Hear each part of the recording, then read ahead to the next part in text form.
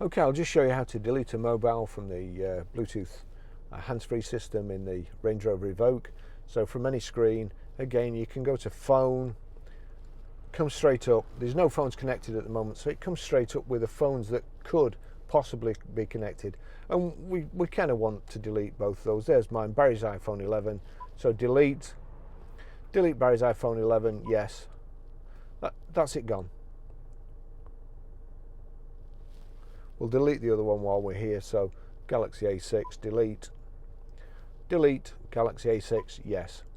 So again, that system is simple to use as well.